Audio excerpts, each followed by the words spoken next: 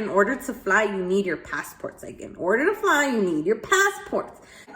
Is this a sign?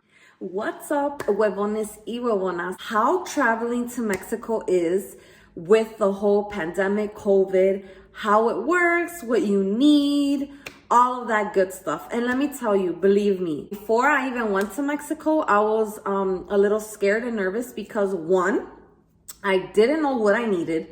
Two, I wasn't sure if I was gonna feel safe with the whole COVID and traveling. And three, traveling with kids is very difficult, especially when you need to wear a mask at all times. A little difficult with my 2-year-old. So I'm gonna tell you guys my experience of traveling and what I did. I bought the tickets without even checking to see what I needed. We had applied for our passports. Luckily, we did receive it within 2 weeks, which could take up to 2 to 3 months to receive the passports. For the adults, it doesn't expire till, I believe, 10 years. And for the kids, it expires after 5 years, if I'm not mistaken. You can always look online and check those requirements because I'm not exactly 100% sure. I applied for a passport through the US Post Office. I made an appointment. They told me exactly what I needed, which was birth certificates. You do need to take a picture. We went to Walgreens and that's where they took our passport pictures. You can also take pictures there at the post office, but unfortunately that day their camera broke. If you are taking passports for the kids do need to be present. And of course, my husband was there with me, so we didn't have problems with that. But I believe if one of the parents is not there, you do need to have a letter and stuff. But again, find out before anything because in that part I am not sure. I went to a Mexican airline and I was able to purchase the tickets. That was easy peasy. I did not know. I honestly thought you just show your ticket, your passport, and bam, ya adentro, like you're in. But when I searched up, I literally went to the main Mexican government website. And it was literally telling me, yes, you do need a tourist card. When I Googled how to get an FMM card or a tourist card, so many websites came out. And I was like, is it a scam? Am I for sure that I'm gonna get it? Like, I don't wanna spend money. I don't, and then at the end, que no sea, that's not what it is. So I was like, I think it's safer if I just go through the Mexican government website. It is more secure and a for sure thing. I'm gonna show you a picture of how the FMM or tourist card looks on the next clip. The left side immigration keeps and the right side you keep. As you can see, it asks you for questions if you're traveling by land, if you're traveling by air, your name. It asks you for your passport number. It asks you for all that information. You can do it paper or through the internet, which I thought it would be way easier to do it on the internet, get it paid, get it done, so that when I'm arrived, like boom, bam, ya entré. I did it online and it's supposed to charge you around $44 to do so online, but it didn't ask me for anything. So I was like, it's free. Maybe because I went through the Mexican government website. Wrong. Basically, I chose the wrong one.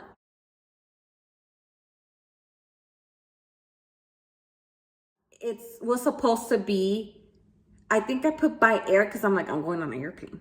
But I literally arrived to Mexico by land. I walked over to Juarez by land. Like, I did not come from from El Paso in airplane and arrived in airplane in Juarez. I got there by land, like I walked. So that was my mistake. If I would have put the check mark on by land, then they would have directly sent me to the payment option. Do not lose this little paper. You're gonna have problems. It's gonna be a headache for you, and you do not need that when you are on vacation. So please take care of those little cards because you need them to return to the United States. I printed them out here at my house. I had them ready to go and I had my passports. So the way that we went to our airplane, our flight, is we live in El Paso, Texas. So in reality, what we did is we crossed the border from El Paso to Juarez and we drove to the airport. As you can see here, we are crossing over the bridge from El Paso to Juarez so that we can get to the airport. Of course, we did have someone that drove us over there, and it was a pretty easy and smooth ride. And when we got to the airport, you of course do the basic. Before you go on to which gate you're going to, they have a person there checking your passports. They're not from the airline. It's literally, I believe it's immigration. You literally need to have your passport and you need to have your airline ticket. And she checks and all of that good stuff. If everything is correct, you go on, and that's where the legit immigration is. She's like, do you have your tourist card? And I was like, yes, I got it, girl. I got it right here. And she's like, okay, let me check. And she's like, you traveled by land, meaning you have not paid the amount. And I was like, no, but I did it. Like, I'm going on an airplane. She's like, yes, but you did not arrive in Mexico by airplane. You arrived by land. So you need to redo it all over again. And oh, let me tell you, I was already stressed out. I was already nervous. I was scared. Like, kids, have your mask on, put hand sanitizer and spray hand sanitizer and foam hand sanitizer. Like, I was just like, I was paranoid. I was nervous. I was scared. Literally like filling it out while I'm looking at the ones that I had already had 2 weeks prior, and to have to do it again for 5 of us. Like, I was like, oh. So guys, please don't make that mistake like I did. After I filled out the paper correctly, I go to, because they have like little, una ventanilla, that's what they call it. And they check to see if you filled out the paper right, if your passport number matches your passport number on your passport. Ask you how many days are you staying. So we were staying 9 days, and we're like, we're staying 9 days, and she stamps it. And literally have to put the days that you're going and the day that you're coming back. So if you are staying 7 days or less, it is free. You don't need to pay. But if you pass those 7 days, you need to pay $44, about $44 per person, child too. So we told her, and she's like, okay.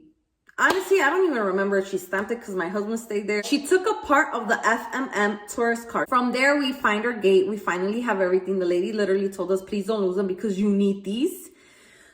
I'm not gonna lie, guys. I was pretty scared to travel to Mexico, but their restrictions of COVID is insane. It is insane. Like, they check your temperature for everything that you're going to enter. Everything, they check your temperature. Before you enter something, you literally, there's a mat that you need to step on, and then on like a little towel where you dry them, and then you go in and you have to put hand sanitizer. They're super strict, more than here, well, here in El Paso or in the United States. So after all of that, I did feel a little more at ease that they were taking extra precautions. We go on the plane and they welcomed us. So sweet. They were so nice. And our plane was pretty packed. It was pretty full. My 2-year-old had a hard time keeping his mask on.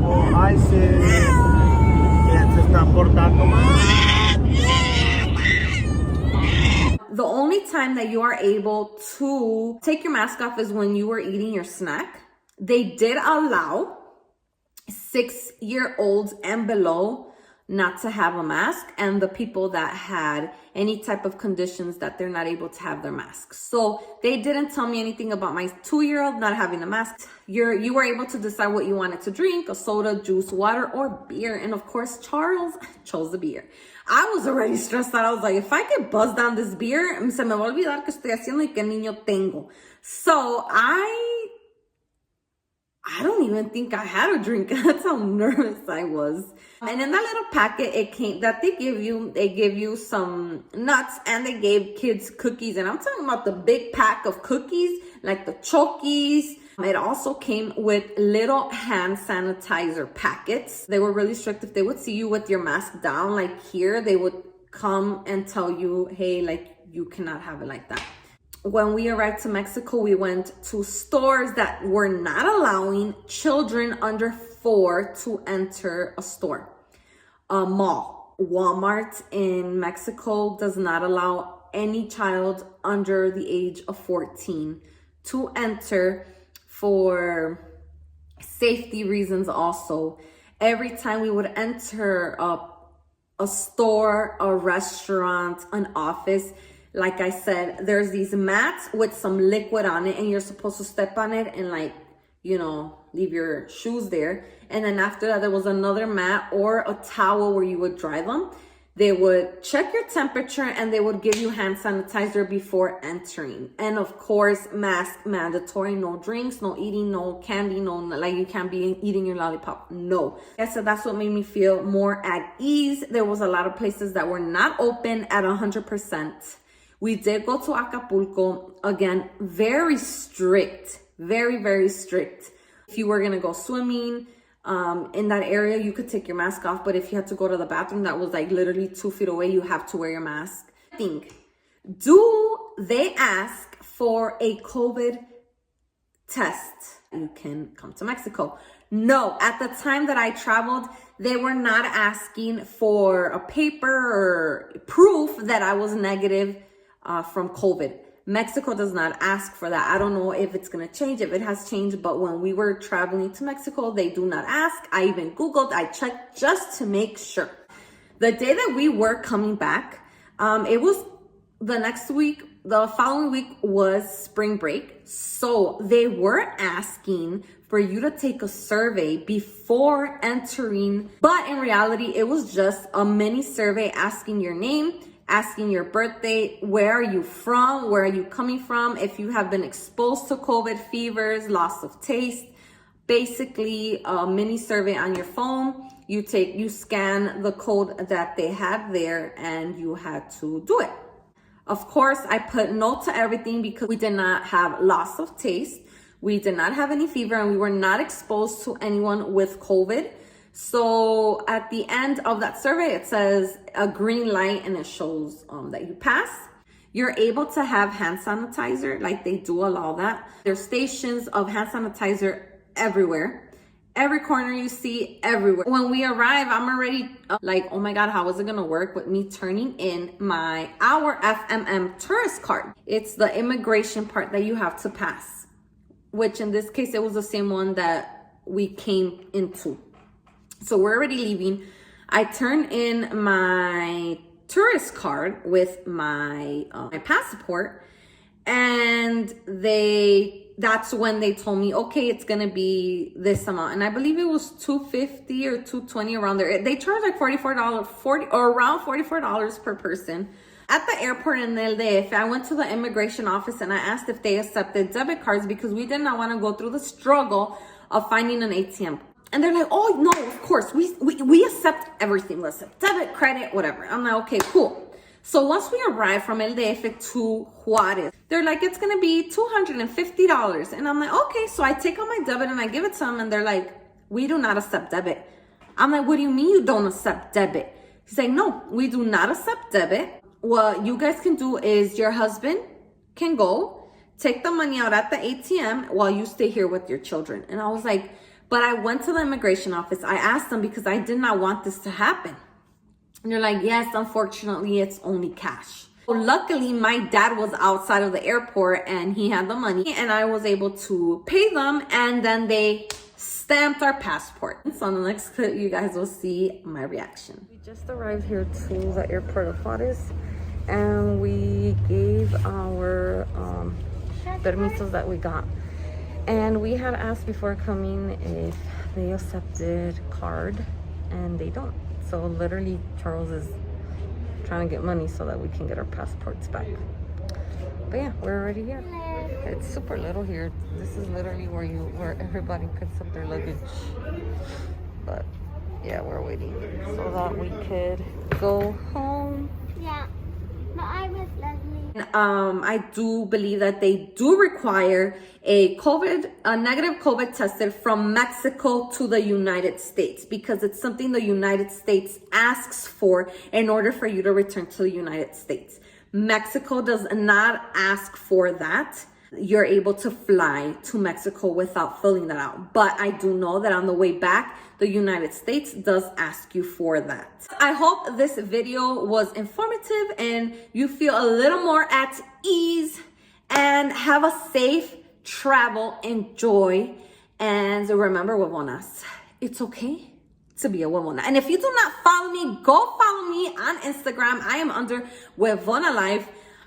If you not have subscribed or turned on the ding-a-ling-ling bell up there, please do. I promise I'm not that boring, and I made some pretty good huevona hacks. Anyways, thank you guys. Bye.